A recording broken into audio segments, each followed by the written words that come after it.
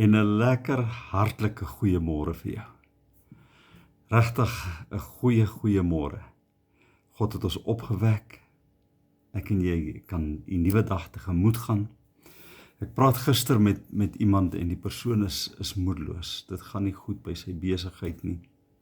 Dit het 'n impak in sy gesinsverhoudings en dit het 'n impak tussen hom en sy werkers en al die goed.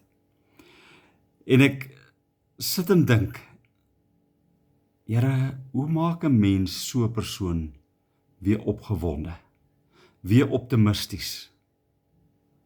En die Here herinner my aan Levitikus 26 vers 4 wat sê, God sal op die regte tyd die reën gee, sodat die lande kan oes te lewer en die bome vrugte kan dra.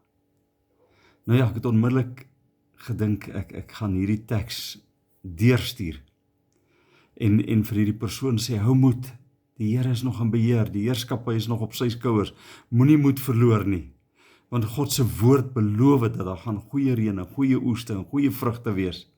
En hoe meer ek daaroor dink, hoe meer dink ek, gaan dit nie beter wees as ek dit vir homself sê nie. Gaan nie beter wees as ek by hom uitkom en saam met hom bid, want jy weet, geloof en gebed loop hand aan hand, en dit veroorsaak by my en jou 'n lekker optimistiese ingesteldheid, wat sê dat ek kies om die Here te glo, ek kies om vas te hou aan sy beloftes. Nou ek weet nie waarmee jy vanmôre sukkel nie, maar ek wil vanmôre vir jou sê, hou vas aan die woord en die beloftes van die Here. Hy sal op die regte tyd, die regte hoeveelheid reën gee, sodat jy die regte oes kan hê, sodat jy die regte vrugte kan pluk. Here, dankie vir die woord, wat ons bemoedig vanmôre. Deur vir ons te beloof, daar sal 'n oes wees en daar sal vrugte wees. Amen.